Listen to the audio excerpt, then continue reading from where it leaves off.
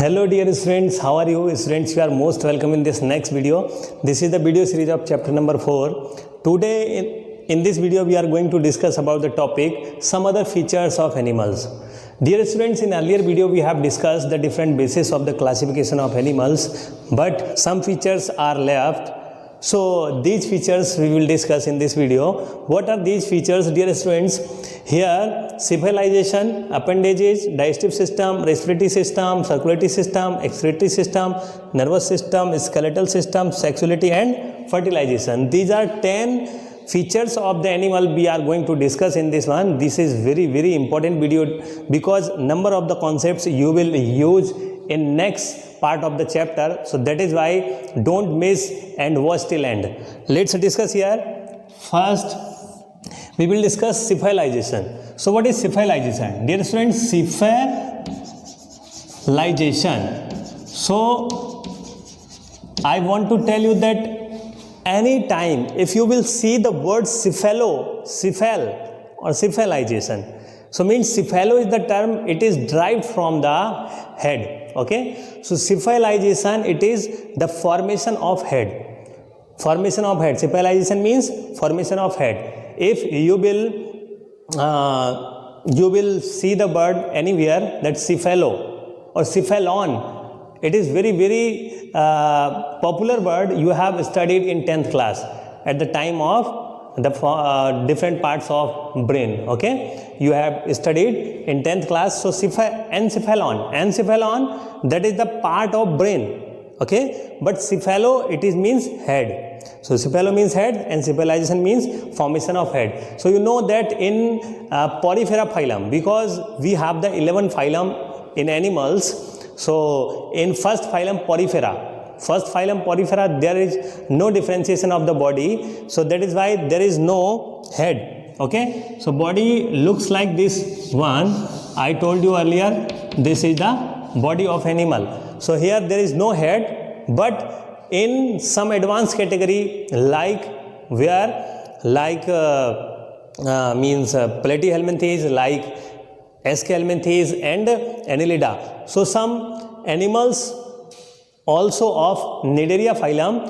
So these animals of advanced category have head. So head formation occurs.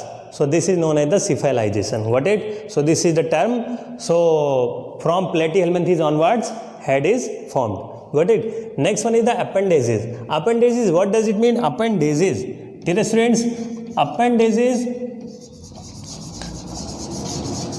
these are the outgrowth of body at lateral side or ventral side. Got it?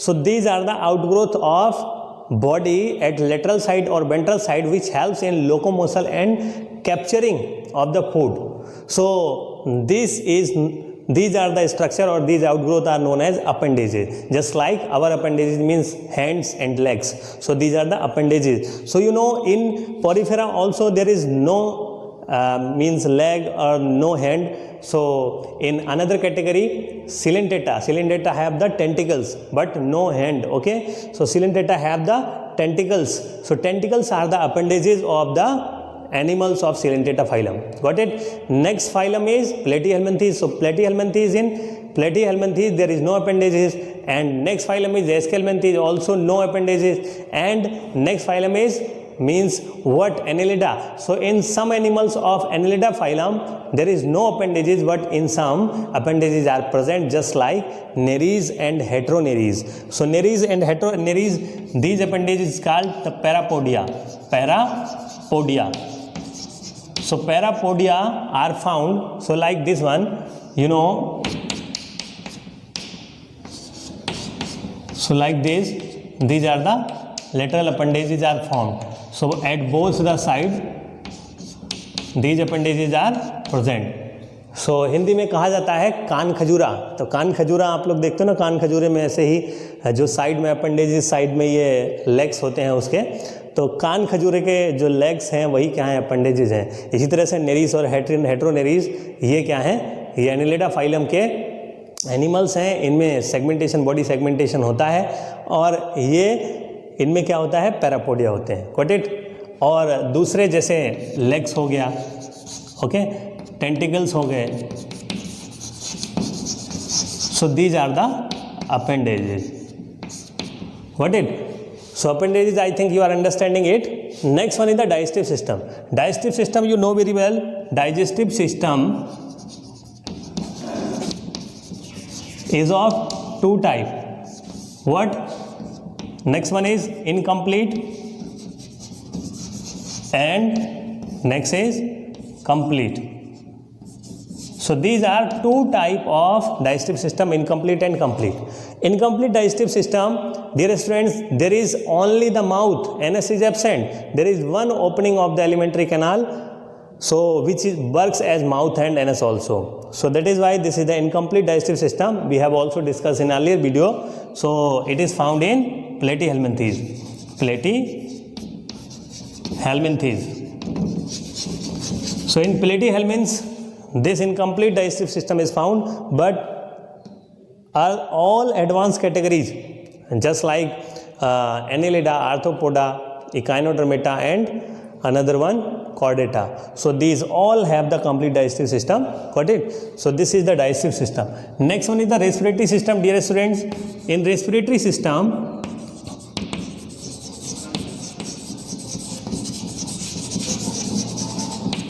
here respiratory system, you know very well that this is the arrangement of the different organs, body organs to perform the respiration.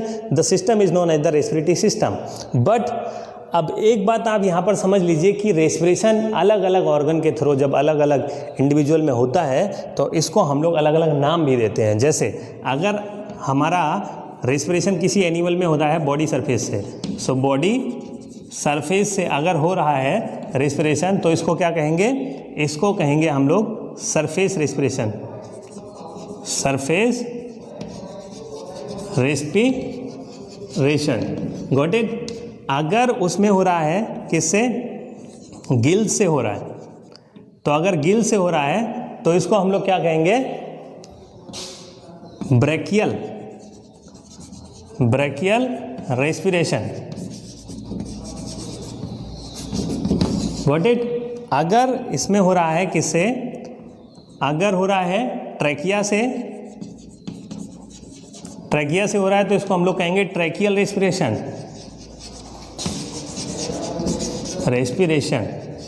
Got it?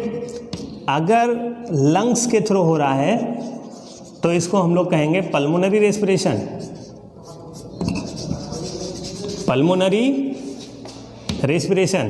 अगर यही skin से हो रहा है, dear students, अगर यही skin से हो रहा है तो स्किन से होने वाले रेस्पिरेशन को हम लोग कहते हैं cutaneous respiration. Got it? So these are the different types of respiration in some animals, just like scorpion. Scorpion में रेस्पिरेशन जो होता है, मैं यहाँ पर थोड़ा लिख देता हूँ. इन स्कॉर्पियन रेस्पिरेशन किससे होता है? Book lungs. ओके. आपने अगर कभी देखा हो बिच्छू देखा है तो बिच्छू के अगर वेंट्रल साइड को देखोगे, बैक साइड को जो सरफेस ढकी रहती, मतलब नीचे छिपी रहती है, जब उसको पलट करके आपने देखा होगा कभी, तो इस तरह से उसके ये आपने देखा होगा इस तरह से उसके ये स्केल्स दिखेंगे आपको, और यहाँ पर ये छोटे छोटे ये पैचेस दिखेंगे, राउंडेड नोट्स दिखेंगे. तो ये जो नोट्स हैं इन्हीं को हम लोग क्या कहते हैं? इनको हम लोग कहते हैं बुक लंग्स. तो इन बुक लंग्स से जब रेस्पिरेशन होता है तो वो किस में होता है? स्कॉर्पियन में होता है. ठीक है. और कुछ जैसे क्रैब्स, आप लोग जानते हैं केकड़ा, तो क्रैब में जो रेस्पिरेशन होता है वो किससे होता है? बुक गिल्स से होता है. ठीक है. These are the special animals. Book lungs और बुक गिल्स इनमें मिलते हैं. Got it?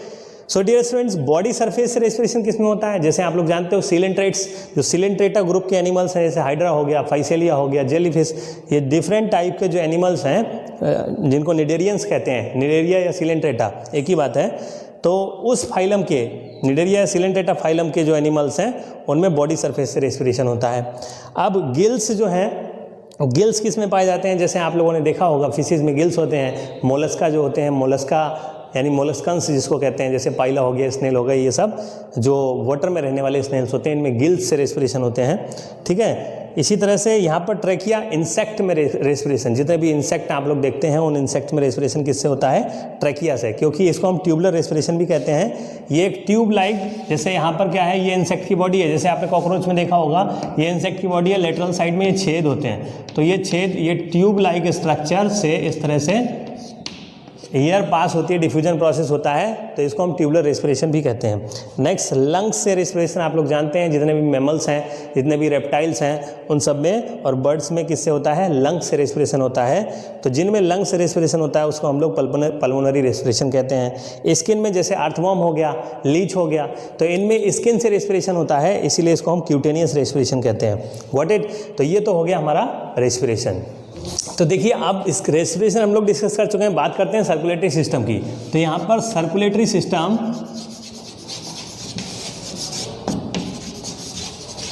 जो एनिमल्स होते हैं वो लोअर कैटेगरी से लेकर के हायर कैटेगरी तक सर्कुलेटरी सिस्टम दो पार्ट्स में डिवाइड होता है। दो टाइप का सर्कुलेटरी सिस्टम होता है। कौन से दो पार्ट होते हैं? एक होता है open type of circulatory system, पहले क्लोज डिस्कस करते हैं। So close type of circulatory system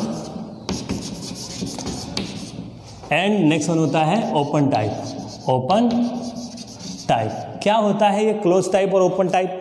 आप जानते हैं कि हमारी बॉडी में जितना सर्कुलेशन होता है, ब्लड जो सर्कुलेट करता है पूरी बॉडी में जो सर्कुलेशन हो रहा है, वो ब्लड जो है वो एक बंद blood vessel, closed blood vessels के अंदर फ्लो करता है। आप लोगों को पता है, 10th क्लास में आप लोग पढ़ करके आ रहे हैं।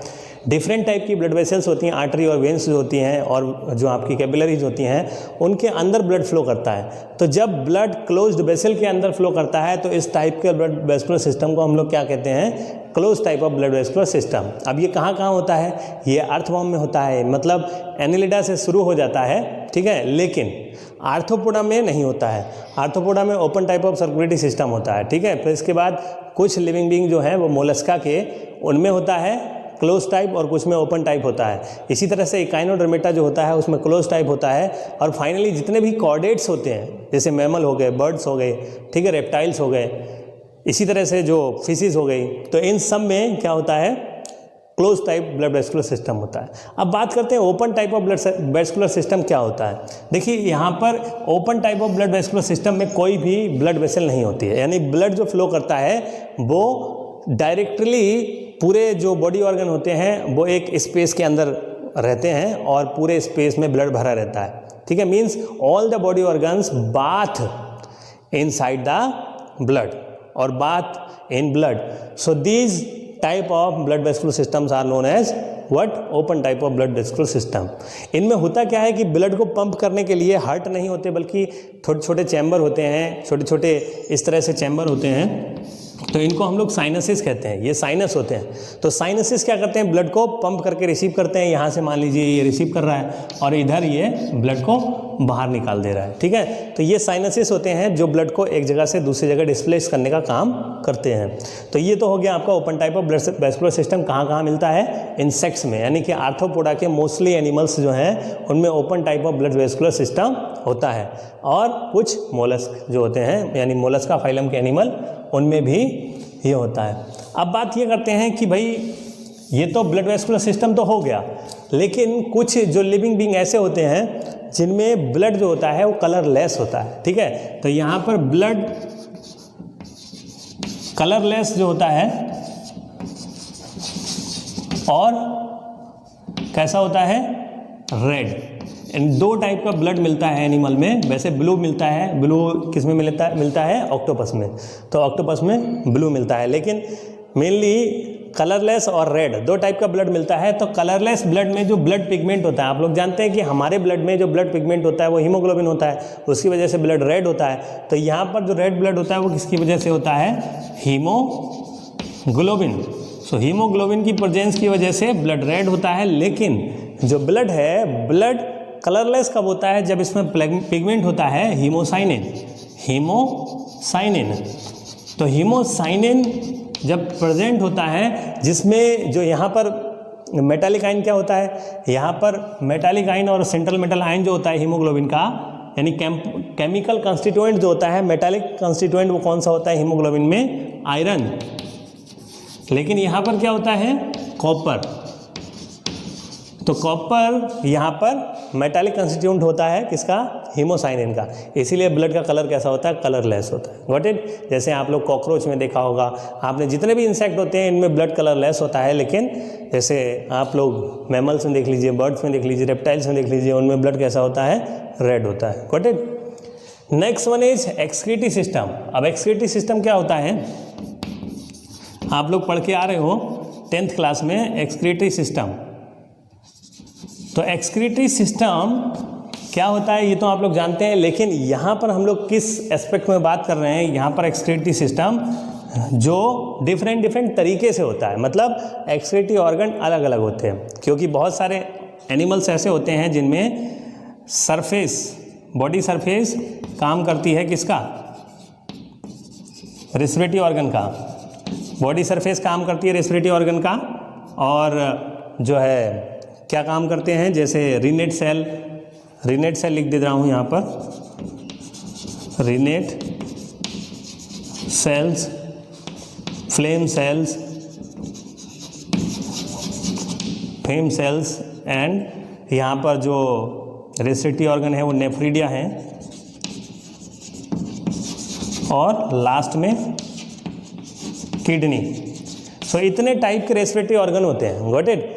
यहाँ पर बॉडी सरफेस से रेस्पिरेशन कहाँ होगा, जैसे आप एक्सक्रीशन कहाँ होगा, तो बॉडी सरफेस से एक्सक्रीशन कहाँ होता है, पॉलीफेरा में बॉडी सरफेस से एक्सक्रीशन होता है। ठीक है। इसी तरह से रिनेट सेल्स, ये स्पेशल सेल होती हैं, ये एच सेल होती हैं, इस तरह से इनका जो शेप होता है वो इस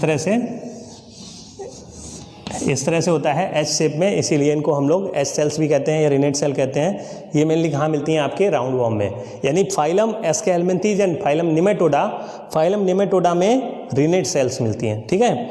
फिर इसके बाद फ्लेम सेल्स कहाँ मिलेंगी, फाइलम एस्केलमेंथीज में, फाइलम प्लेटीहेल्मिन्थीज। सो फाइलम प्लेटीहेल्मिन्थीज में कौन मिलेंगी, फ्लेम सेल्स मिलेंगी। ठीक है। फिर नेफ्रीडिया कहाँ मिलेंगे, फाइलम एनेलिडा में, यानी कि जो अर्थवॉर्म है, लीच है, इनमें क्या होंगे, नेफ्रीडिया होंगे। तो नेफ्रीडिया इस तरह से क्वाइल्ड ट्यूब होती हैं, इस तरह से बहुत सारी ट्यूब ऐसे क्वाइल्ड होकर के, ठीक है, ये पड़ी रहती हैं, इनसे एक्सक्रीशन होता है, तो इनको हम लोग नेफ्रीडिया कहते हैं। ये ह्यूमन की किडनी की तरह ही काम करती हैं, फिल्टर करने का काम करती हैं ब्लड को।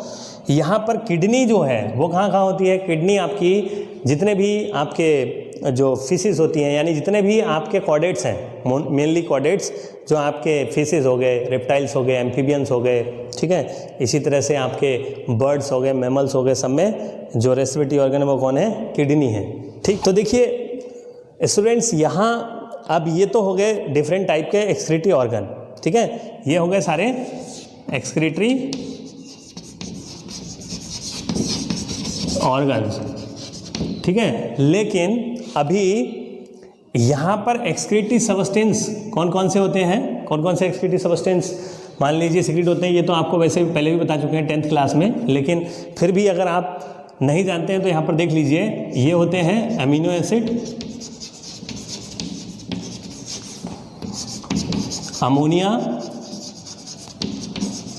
और होता है आपका यूरिया, यूरिक एसिड।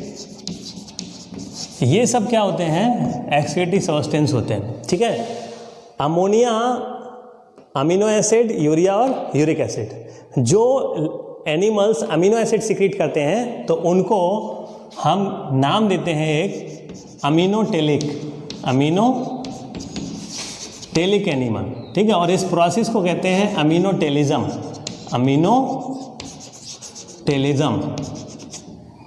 ठीक है। So ammonotelism is the process, but ammonotelic is the animal. So animals which secrete the amino acid are known as the aminotelic animal, and this process is known as the aminotelism. Got it? दूसरा है ammonia. तो ammonia को जो secrete करते हैं उनको कहते हैं अमोनोटेलिक एनिमल। ओके। और इस प्रोसेस को कहते हैं अमोनोटेलिज्म। तो ये प्रोसेस क्या होगा, अमोनोटेलिज्म, और जो एनिमल्स हैं उनको हम क्या कहेंगे, अमोनोटेलिक एनिमल।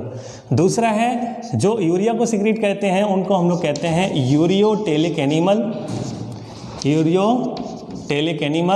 और इस प्रोसेस को कहते हैं यूरियोटेलिज्म, ठीक है। तो ureotelism is the process, but ureotelic is the example of ureotelism, means animals को हम यूरियोटेलिक एनिमल कहेंगे, ठीक है। अब बात आती है यूरिक एसिड की। तो यूरिक एसिड जिनमें सीक्रेट होता है तो ऐसे एनिमल्स को हम लोग कहते हैं यूरिकोटेलिक, यूरिकोटेलिक एनिमल, और इस प्रोसेस को कहते हैं यूरिकोटेलिज्म, यूरिकोटेलिज्म। समझ में आ रही बात आप लोग को? यहाँ पर uricotelism is the process and uricotelic animals, समझ गए। अब यहाँ पर अमीनो एसिड को कौन सिक्रीट करता है? तो जैसे कुछ इकाइनोडर्म हो गए, मोलस्क हो गए, तो वो अमीनो एसिड को सिक्रीट करते हैं। अमोनिया को कौन सिक्रीट करता है? जितने भी वाटर में, जैसे फिशेज हो गई, ठीक है, फिशेज हो गई, इन्वर्टिब्रेट्स मोस्टली जो हो गए वो अमोनिया सिक्रीट करते हैं। यूरिया को कौन सिक्रीट करता है? मैमल्स हो गए, तो मैमल्स किसको सिक्रीट करते हैं? यूरिया को सिक्रीट करते हैं। यूरिक एसिड को कौन सिक्रीट करता है? यूरिक एसिड को सिक्रीट करने वाला कौन होता है? जैसे इंसेक्ट हो गए, बर्ड्स हो गए। तो आप लोग जानते हैं कभी इंसेक्ट और बर्ड्स जब ऊपर से निकलते हैं तो येलोइश कलर के जो छोटे छोटे ड्रॉप ऊपर कहीं गिर जाते हैं हमारे कपड़ों पर, वो एक्चुअल में क्या होता है? यूरिक एसिड होता है। This is the urine of birds and insect, तो उसको हम यूरिक एसिड कहते हैं। तो इस तरह से पूरा ये एक्सक्रीशन इस बेस पर होता है। समझ में आ रहा है आप लोग को? अब बात करते हैं नर्वस सिस्टम के बारे में।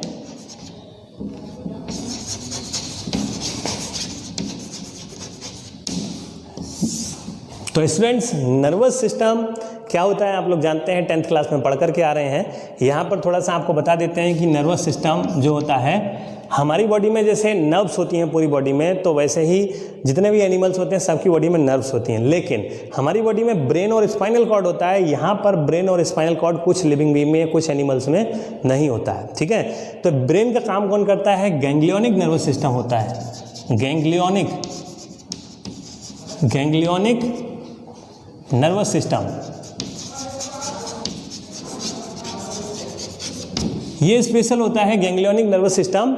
ये गैंग्लियोनिक नर्वस सिस्टम, जैसे अगर हम लोग कॉकरोच का ब्रेन देखें तो कॉकरोच का ब्रेन जो होता है वो एक इस तरह से बंच होता है, किसका? न्यूरॉन्स का एक बंच होता है, और यहाँ से दो ऐसे ये नर्व कॉर्ड निकली होती हैं इस तरह से, और इनसे पूरी बॉडी में ऐसे पूरा ब्रांचिंग होती है। तो ये कॉकरोच का नर्वस सिस्टम है, हालांकि आगे हम लोग पढ़ेंगे। तो ये आपका गैंग्लियोनिक नर्वस सिस्टम कहलाता है, ठीक है। तो ये तो हो गया नर्वस सिस्टम। बाकी हम लोग के नर्वस सिस्टम के बारे में, मैमल्स के नर्वस सिस्टम के बारे में तो आप लोग जानते हैं, 10th क्लास में पढ़ करके आए हैं। फिर से लास्ट में ह्यूमन फिजियोलॉजी में हम लोग फिर से पढ़ेंगे डिटेल में। नेक्स्ट आता है स्केलेटल सिस्टम। यहाँ पर स्केलेटल सिस्टम क्या होता है? स्केलेटल सिस्टम, स्केलेटल सिस्टम क्या है उसको समझ लेते हैं। देखिए, स्केलेटल सिस्टम दो टाइप का होता है। हालांकि आप लोग पढ़ेंगे फिर से इसको ह्यूमन फिजियोलॉजी में, लेकिन अभी यहाँ पर बेसिक फीचर्स पढ़ रहे हैं हम लोग, तो बस खाली कॉन्सेप्ट हमें पकड़ना है कि कॉन्सेप्ट क्या है। स्केलेटल सिस्टम दो टाइप का होता है। इसको हम लोग स्केलेटन को, एक टाइप का स्केलेटन जो होता है उसको हम लोग कहते हैं एक्सोस्केलेटन, और दूसरे टाइप का जो स्केलेटन होता है उसको हम लोग कहते हैं एंडोस्केलेटन। अब बात ये आती है कि एक्सोस्केलेटन एंडोस्केलेटन क्या होता है और इसकी ज़रूरत क्यों पड़ती है, एक्सोस्केलेटन का क्या काम होता है, एंडोस्केलेटन का क्या काम होता है। तो आप यहाँ देखिए, एक्सोस्केलेटन जो है, एक्सो का मतलब आउटसाइड, स्केलेटन का मतलब it is the strength providing system और बोनी स्ट्रक्चर, ओके, और the hard structure which provide the strength to the living body is known as the skeleton. Got it? It may be present outside the body and it also may present inside the body, ठीक है। जब ये body के बाहर होता है तो इसको हम लोग क्या कहते हैं? एक्सोस्केलेटन कहते हैं। एक्सोस्केलेटन कहाँ होता है? एक्सोस्केलेटन होता है जितने मोलस्क, आप लोगों ने स्नेल देखा होगा, घोंगा देखा होगा, तो स्नेल, जैसे आप लोग अगर स्नेल देखेंगे तो आप लोग बहुत अच्छे से जानते हैं, तो ये स्नेल जो होता है, ये स्नेल के ऊपर जो कवरिंग होती है, यहाँ पर आप देख रहे हैं ये बहुत हार्ड कवरिंग होती है, तो ये इसके अंदर बॉडी को प्रोटेक्ट रखता है, बिकॉज इनकी बॉडी बहुत स्मूथ होती है, बहुत स्लाइमी होती है, तो इसलिए अपनी बॉडी को प्रोटेक्ट करने के लिए एक्सोस्केलेटन का इस्तेमाल करते हैं, ठीक है। तो ये बॉडी को स्ट्रेंथ नहीं दे रहा है बल्कि बॉडी का प्रोटेक्शन कर रहा है, ठीक है। तो एक्सोस्केलेटन किस में है? इसमें मोलस्क जितने हैं उनमें एक्सोस्केलेटन होता है। इंसेक्ट जितने, आर्थ्रोपोडा के एनिमल जितने भी हैं उनमें एक्सोस्केलेटन होता है। जैसे अगर आप लोगों ने कॉकरोच देखा होगा तो कॉकरोच के ऊपर ये हार्ड कवरिंग जो होती है आप लोगों ने देखी होंगी अगर, तो ऊपर से जो हार्ड कवरिंग होती है कॉकरोच के ऊपर, ये क्या है, उसका एक्सोस्केलेटन है। तो आर्थ्रोपोडा और मोलस्का इन दोनों में एक्सोस्केलेटन पाया जाता है, ठीक है।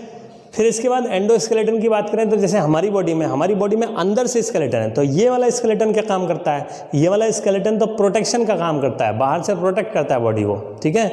और ये वाला स्केलेटन क्या काम करता है, ये स्केलेटन एंडोस्केलेटन बॉडी के अंदर से स्ट्रेंथ देता है। सपोज अगर हमारा एंडोस्केलेटन ना हो, हमारी बॉडी में स्केलेटन ना हो, तो we are just like the pouch of water, समझ रहे हैं ना, आपने एक पाउच में वाटर को भरा और फेंक दिया, तो इसी तरह से उसका कोई स्ट्रेंथ नहीं होता है, वो जहाँ पड़ा है वहीं पड़ा है, सीधा खड़ा नहीं हो सकता, मूव नहीं कर सकता। तो ये सब जो है किसकी वजह से पॉसिबल होता है, एंडोस्केलेटन की वजह से, ठीक है। तो एंडोस्केलेटन किस में होगा, एंडोस्केलेटन कहाँ से शुरू होता है, एंडोस्केलेटन इकाइनोडर्मिटा में कुछ नहीं, सॉरी इकाइनोडर्मिटा नहीं, कॉर्डेट्स में, जितने भी कॉर्डेट्स हैं उनमें एंडोस्केलेटन प्रेजेंट होता है, ठीक है। तो ये आपका हो गया एंडोस्केलेटन। नेक्स्ट बात करते हैं हम लोग सेक्सुअलिटी के बारे में। अब सेक्सुअलिटी क्या होती है, एनिमल्स की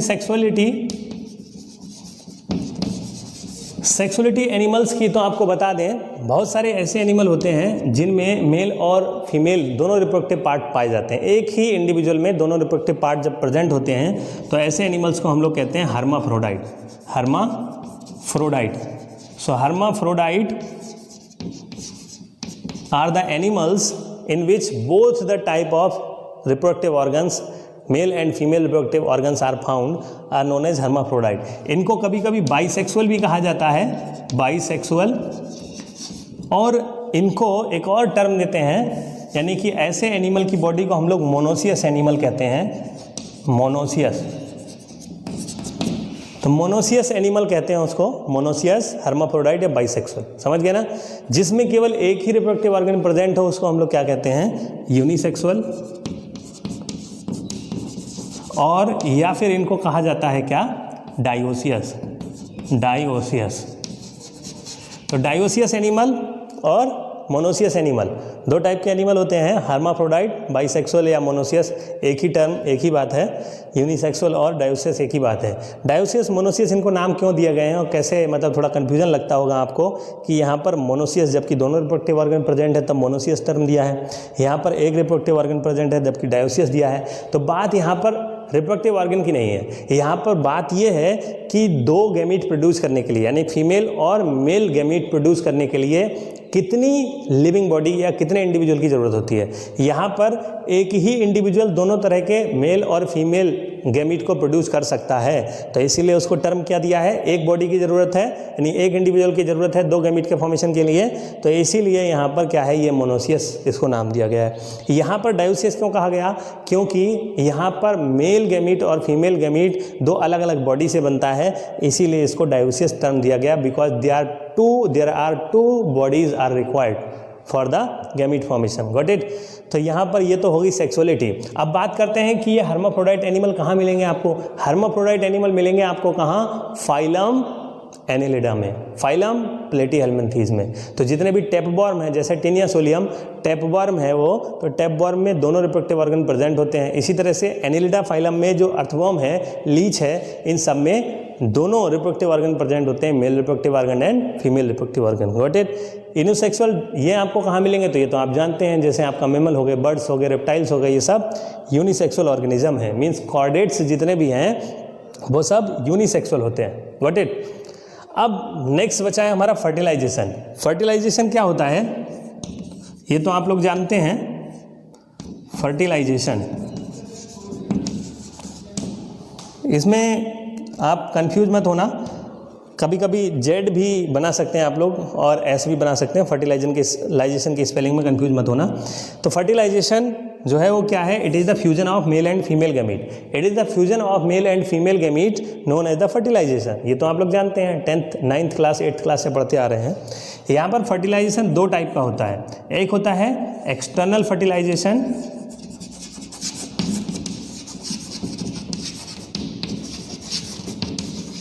एक्सटर्नल फर्टिलाइजेशन जेड ही बना रहा हूँ तो यहाँ पर भी जेड बना देता हूँ। एक्सटर्नल फर्टिलाइजेशन और इंटरनल फर्टिलाइजेशन, इंटरनल फर्टिलाइजेशन। तो ये दो टाइप के यहाँ पर फर्टिलाइजेशन है, एक एक्सटर्नल फर्टिलाइजेशन, एक इंटरनल फर्टिलाइजेशन। जैसा कि नाम से पता चल रहा है, एक्सटर्नल का मतलब बाहर, आउटसाइड, फर्टिलाइजेशन का मतलब fusion of male and female gamete.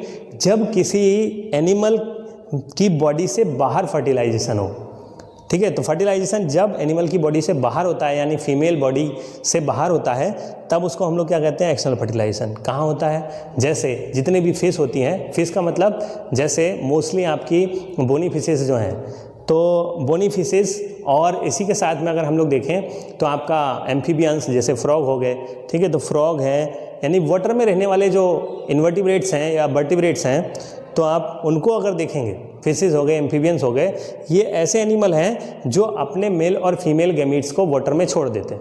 अब वाटर में छोड़ देंगे, अर्थवॉर्म भी क्या है, उसमें एक्सटर्नल फर्टिलाइजेशन होता है अर्थवॉर्म में, क्योंकि 2 अर्थवॉर्म रिक्वायर्ड होते हैं। हालांकि वो होता तो हर्माफ्रोडाइट है, लेकिन उनको इंटरकोर्स के लिए और फर्टिलाइजेशन के लिए 2 अर्थवॉर्म की रिक्वायरमेंट होती है, तो उनमें भी फर्टिलाइजेशन बॉडी के बाहर होता है। तो फर्टिलाइजेशन बॉडी के बाहर होगा अर्थवॉर्म में, फिशेस में, एम्फीबियंस में। तो वो क्या करते हैं, गैमीट्स को छोड़ देंगे वाटर में या फिर सॉइल में छोड़ दिया, फिर उसके बाद वो गैमीट जब फर्टिलाइज करते हैं तो उनसे फर्टिलाइजेशन के बाद जाइगोट बनता है, और वो जाइगोट जो है एग्जिस्ट करता है और फाइनली उससे लार्वा बन जाता है। ठीक है, तो आप लोग जानते हैं एक्सटर्नल फर्टिलाइजेशन इन एनिमल्स में प्रेजेंट होता है, ज़्यादातर एक्वेटिक एनिमल्स में। इंटरनल फर्टिलाइजेशन में क्या होता है, जब मेल गैमीट फीमेल बॉडी के अंदर जाता है, यानी कि फीमेल गैमीट कभी भी मूव नहीं करता है इस केस में। ठीक है, तो फीमेल गैमीट फीमेल बॉडी के अंदर रहता है, मेल गैमीट मेल बॉडी से फीमेल बॉडी के अंदर आता है, और जो फर्टिलाइजेशन होता है वो फीमेल बॉडी के अंदर होता है। तो फर्टिलाइजेशन फीमेल बॉडी के अंदर होता है, तो इसीलिए ज़्यादातर केसेस में इंटरनल फर्टिलाइजेशन के केसेस में जो एनिमल्स होते हैं वो कैसे होते हैं, विविपेरस, क्योंकि उन्हीं के अंदर जो फर्टिलाइजेशन हुआ, जाइगोट बना, जाइगोट से एम्ब्रियो बना और एम्ब्रियो से बेबी बना। तो फिर मैमल्स में इंटरनल फर्टिलाइजेशन होता है, और वो कैसे होते हैं, विविपेरस। विविपेरस का मतलब जो डायरेक्टली बेबी पैरस, जो क्या करते हैं, डायरेक्टली यंग वंस को बर्थ देते हैं, तो उनको बेबी पैरस कहते हैं।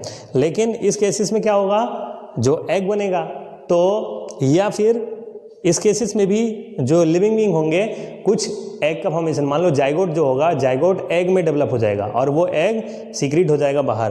तो ऐसे एनिमल्स जो डायरेक्टली क्या करते हैं, एग लेइंग करते हैं, तो उनको हम लोग क्या कहते हैं, ओवीपेरस, ओवीपेरस। तो ओवीपेरस एंड विविपेरस 2 टाइप के एनिमल्स होते हैं। ठीक है, तो ये जितने भी फीचर्स थे हम लोगों ने डिस्कस कर लिए। अगर ये अब टर्म जैसे सिपेलाइजेशन हो गया, अपेंडिजेज हो गया, external fertilisation, internal fertilisation, monoecious बायोस मतलब मोनोसियस डायोसियस, एक्सोस्केलेटन, एंडोस्केलेटन, ये सारे टर्म जब आप पढ़ोगे अभी एक एक फाइलम को, जहाँ आपका फाइलम पोरीफेरा से लेकर फाइलम कॉर्डेटा तक, जब सारे फाइलम हम लोग पढ़ेंगे तो ये जो टर्म आएंगे, इन टर्म को आने पर आप इसमें कंफ्यूज नहीं होंगे, क्योंकि हम सारे टर्म्स को पहले से ही पढ़ चुके हैं। तो आपको ये कैसा लगा वीडियो, अगर आपको अच्छा लगा है तो कमेंट करके ज़रूर बताइए, और आपका कोई फीडबैक है तो आप वो भी पूछ सकते हैं मेरे पर्सनल व्हाट्सएप नंबर पर, या कमेंट भी कर सकते हैं। और इस वीडियो को देखने के लिए बहुत बहुत धन्यवाद।